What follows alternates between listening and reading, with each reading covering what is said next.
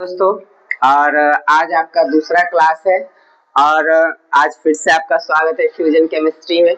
और हम देखेंगे कि आपको कल बता दिया गया था कि आप 30 तक तत्वों को याद कर लीजिएगा। 1, 2, 3 तक से लेके टोटल 30 तत्व हम बोले थे। ये तत्व आपके दिमाग में होने चाहिए और अगर ये तत्व दिमाग में है तब ये आप निकाल सकते हैं आणविक द्रव्यमान, जो कि हम आपको कल बता दें आणविक द्रव्यमान कैसे निकाल सकते हैं। तो आणविक द्रव्यमान ज्ञात करना हम आपको कल सिखा दिए थे। आणविक द्रव्यमान आपको ज्ञात करना आपको कल सिखा दिया गया था। तो आज क्या देखना है? तो आज देखना है मोल। आज आप कैसे निकालिएगा किसी भी तत्व में, आप मोल की संख्या कैसे निकालिएगा। आज सीखना है आपको मोल की संख्या ज्ञात करना, मोल की संख्या ज्ञात करना। और ये सारे चीज हम आपको पहले बेसिक क्लास में कंप्लीट करेंगे। तो सबसे पहले सभी चीजों को बेसिक क्लास में कंप्लीट करेंगे। मोल की संख्या निकालना है कि नहीं, आणविक द्रव्यमान निकालना, प्रतिशत निकालना, ठीक है। जितने भी छोटे छोटे चीज है सारे चीजों को हम आपको बेसिक में कंप्लीट करेंगे। फिर इलेक्ट्रॉनिक विन्यास से जितना बेसिक होगा उन चीजों को कंप्लीट करने के बाद हम लोग केमिस्ट्री में पहुंचेंगे। तो आज हम आपको सिखाने वाले हैं मोल की संख्या ज्ञात करना। मोल की संख्या आप कैसे निकालिएगा, ठीक है। तो मोल की संख्या निकालने के लिए, ठीक है, तो क्या काम करना होगा। जैसे कि मान लीजिए कि एक क्वेश्चन के आधार पर ही हम आपको बताते हैं। ऐसे मोल की संख्या निकालने का एक फॉर्मूला होता है, मोल की संख्या। मोल की संख्या, तो मोल की संख्या बराबर होता है कुल द्रव्यमान, कुल द्रव्यमान बटा में आणविक द्रव्यमान, कुल द्रव्यमान बटा में आणविक द्रव्यमान, ठीक है। तो मोल की संख्या निकालने के लिए आपको पता होना चाहिए, मोल की संख्या निकालने के लिए आपको पता होना चाहिए कुल द्रव्यमान और तब चाहिए आपको आणविक द्रव्यमान। अगर दोनों चीज आपको दिया हुआ है तो निश्चित है कि आप मोल की संख्या ज्ञात कर सकते हैं, ठीक है। मगर मोल की संख्या निकालने के लिए भी हम आपको पहले बता दिए थे कि ये 30 तत्व आपके दिमाग में होने चाहिए, पूरे के पूरे जितने भी है। हम कल के वीडियो में आपको बता दिए थे कि सारे के सारे आप लिखिए और उसे याद कीजिए। कुछ तो अपने दिमाग पर आपको जोर डालना होगा, है कि नहीं। बिना दिमाग पर जोर डाल ले हर चीज थोड़ी ना आपको परोस के मिल जाएगा कि याद हो जाए पूरा का पूरा। सर वैसा पढ़ाए कि दिमाग में पूरा घुस जाए के बाद। तो सर पढ़ाएंगे तो पूरा दिमाग में घुसेगा, बशर्ते आप पहले बेसिक चीजों को तो याद रखें। बेसिक चीजों को पहले पढ़े, उसके बाद देखिए चैप्टर कितना मक्खन की तरह याद होता है, अब पूरा याद हो जाएगा एकदम एक पढ़े। तो आज हम आपको सिखाने वाले मोलों की संख्या निकालना। क्या निकालना सिखा रहे हैं? मोलों की संख्या। तो मोलों की संख्या निकालने के लिए आपको क्या करना होगा, ठीक है।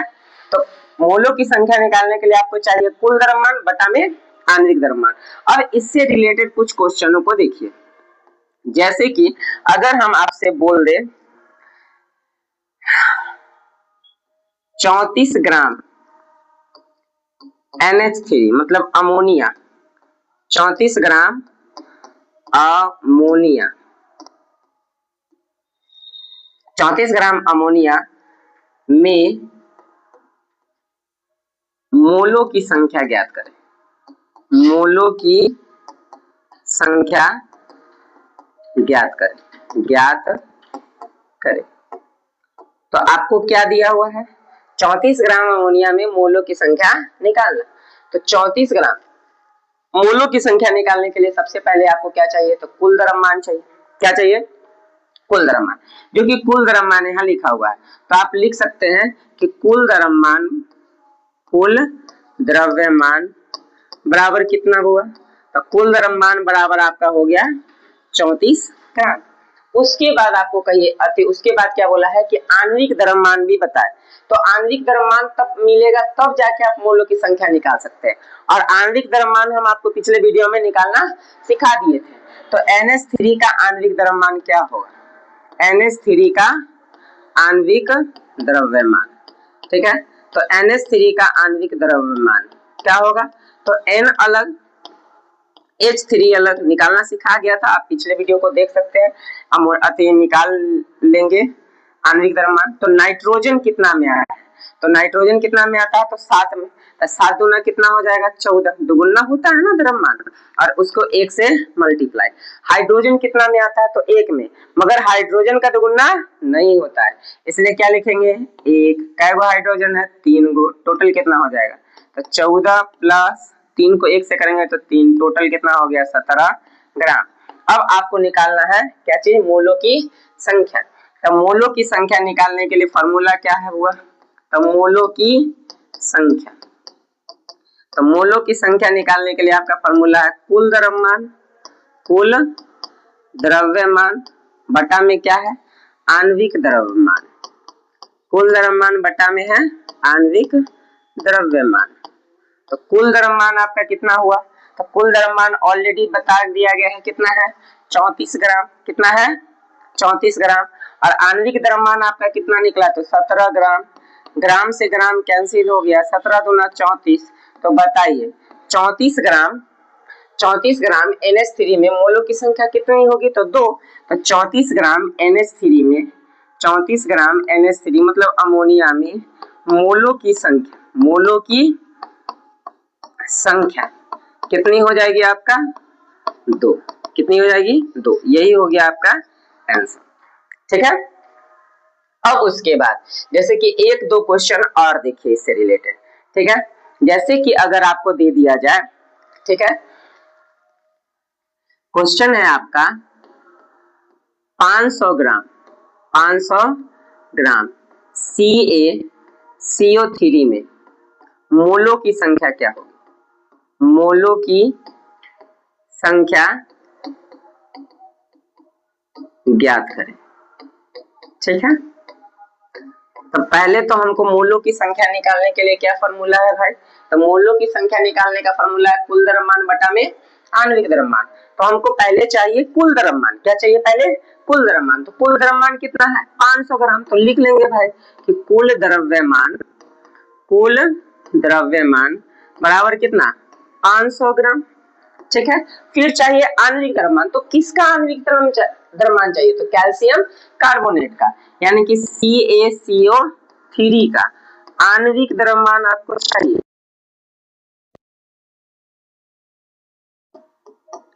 तो C अलग कर देंगे, Ca अलग कर देंगे, कैल्शियम हो गया, C अलग हो गया, O3 अलग हो गया। सभी तत्वों को क्या कर देते हैं, अलग। अब बताइए कैल्शियम कितना में आता है, तो 20 में।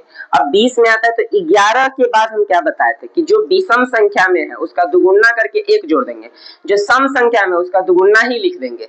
तो ये 11 के बाद है, यानी कि 20 में है, तो 20 दूना 40 मल्टीप्लाई 1। कार्बन कितना में आता है, 6 में, 6 दूना 12 मल्टीप्लाई 1। ऑक्सीजन कितना में आता है, 8 में, 8 दूना 16 मल्टीप्लाई 3। 40 को 1 से तो 40, 12 को 1 से तो 12, 16 तिया 48, टोटल जोड़िएगा तो 100 ग्राम। आपको क्या निकालना है, मोलों की संख्या, किसमें, 500 ग्राम में। किसमें निकालना है, 500 ग्राम में। तो मोलों की संख्या, मोलों की संख्या, तो मोलों की संख्या बराबर क्या होगा, तो मोलों की संख्या बराबर होता है कुल द्रव्यमान। क्या होता है, कुल द्रव्यमान। क्या होता है आपका, कुल द्रव्यमान बटा में आणविक द्रव्यमान। ठीक है, तो कुल द्रव्यमान कितना है आपका, तो कुल द्रव्यमान हो जाएगा 500 ग्राम। यही है ना भाई कुल द्रव्यमान। और आणविक द्रव्यमान कितना दिया गया, तो 100 ग्राम। तो ग्राम से ग्राम कैंसिल, 2 गो 0 से 2 गो 0 कैंसिल, बच कितना गया, तो 5। यही हो गया आपका आंसर। यानी कि 500 ग्राम CaCO3 में मोलों की संख्या कितनी होगी, तो 5। ये तो सारे कटने वाले थे, ऐसे पॉइंट में भी आता है तो आप पॉइंट में आंसर लिख सकते हैं, पॉइंट में भी आता है तो पॉइंट में आंसर लिख सकते हैं। ठीक है, ऐसे इसको राइट डाउन कर लेंगे वीडियो को पॉज करके, फिर उसके बाद आगे बढ़ते हैं। ठीक है, 1-2 क्वेश्चन आप और भी देखिए, जैसे फिर उसके बाद आपको बनाने के लिए दे दिया जाएगा। ठीक है, एक क्वेश्चन अगर हम आपको देते हैं, जैसे कि एक क्वेश्चन दे दिए कि 40 ग्राम H2O मतलब क्या चीज हुआ, जल। ठीक है, में मोलों की संख्या क्या होगी, मोलों की संख्या क्या होगी या ज्ञात करें। ठीक है,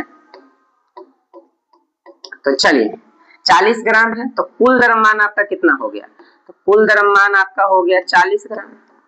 कुल द्रव्यमान कितना हो गया, 40 ग्राम। उसके बाद H2O का आणविक द्रव्यमान, क्योंकि हमको कुल द्रव्यमान और क्या चाहिए, आणविक द्रव्यमान, तो इसका भी निकालेंगे आणविक द्रव्यमान। ठीक है, तो इसका आणविक द्रव्यमान आपका कितना हो जाएगा, तो हाइड्रोजन है तो H2 अलग, ऑक्सीजन है तो ऑक्सीजन। हाइड्रोजन का कितना बताया, तो हाइड्रोजन का परमाणु संख्या 1 होता है, तो द्रव्यमान कितना होगा, तो द्रव्यमान भी इसका 1 ही होता है। और दोगो हाइड्रोजन तो 2 से मल्टीप्लाई, ऑक्सीजन कितना में आता है 8 में, तो 8 दूना 16 मल्टीप्लाई 1 मतलब कि 2 प्लस 16, टोटल कितना हो गया 18 ग्राम। अब उसके बाद आपको निकालना है क्या चीज, मोलों की संख्या, तो मोलों की संख्या, मोलों की संख्या, तो मोलों की संख्या बराबर क्या होता है, तो कुल द्रव्यमान, क्या होता है, कुल द्रव्यमान, और बटा में क्या होता है, आणविक द्रव्यमान, आणविक द्रव्यमान। और कुल द्रव्यमान आपका कितना है, तो कुल द्रव्यमान है आपका कितना, तो टोटल है आपका 40 ग्राम, आणविक द्रव्यमान कितना हो गया 18 ग्राम, ग्राम से ग्राम कैंसिल, यानी कि 40 को अब 18 से भाग देंगे, तो 18 दूना 36, 4 कट जाएगा, पॉइंट लगाएंगे तो 0, फिर 18 दूना 36, फिर 4 पॉइंट लगे कट गया, फिर पॉइंट के बदले में फिर 0, 18 दूना 36, मतलब लगातार यही आएगा, तो कितना आ गया मोल हुआ 2.22, यही हो गया आपका आंसर। ठीक है, तो 40 ग्राम H2O में मोल की संख्या कितना होगी, तो 2.22, कोई दिक्कत, तो इस प्रकार से आप उसको बना सकते हैं। और भी कई सारे क्वेश्चन है जिसको आपको HW में दिया जाएगा, आप उसका आंसर निकाल के कमेंट्स में लिखिएगा कि आप कितना आंसर उसका बना पाए, सीख पाए कि नहीं सीख पाए। अगर बाय चांस आपका आंसर गलती आता है तो फिर उसको अगले वीडियो में आपको बता दिया जाएगा। ठीक है, तो कुछ क्वेश्चन है जो आपको HW में दे दिया जा रहा है। ठीक है, चलिए HW में आपके क्वेश्चन है, पहला 44 ग्राम 40 ग्राम CO2 मतलब कार्बन डाइऑक्साइड में मोलों की संख्या बताएं, मोलों की संख्या बताएं। ठीक है, ये आपका हो गया पहला। ठीक है, दूसरा क्वेश्चन हो गया आपका, 2-3 क्वेश्चन दे देते हैं। ठीक है, उसके बाद 212 में NaHCO3 sodium bicarbonate 212 gram sodium bicarbonate में मोलों की संख्या बताएं, मोलों की संख्या बताएं। ठीक है, एक और क्वेश्चन आपका दे देते हैं, 98 ग्राम H2SO4 में मोलों की संख्या क्या होगी, मोलों की संख्या क्या होगी। ठीक है, ये सब जो चीजों को सिखाया जा रहा है ये सारे चीज आपका बेसिक है, तो बेसिक चीजों को पहले आपको पढ़ना होगा, और बेसिक चीजों को पढ़कर तब उसके बाद आपका क्वेश्चन बनने वाला है, और उसके बाद केमिस्ट्री पढ़ना बहुत ही आसान हो जाएगा। पहले आसान चीजों को पढ़ा देते हैं, उसके बाद चैप्टर बाय चैप्टर आपके जितने भी होंगे फर्स्ट ईयर का सेकेंड ईयर का दोनों का अपलोड कर देंगे। तो ठीक है, तो देखते रहिए, तब तक के लिए देखते रहिए RK सक्सेस पॉइंट। तब तक के लिए नमस्कार, bye bye, tata, see you. Channel को सब्सक्राइब कीजिए, लाइक कीजिए और बेल आइकन को दबाना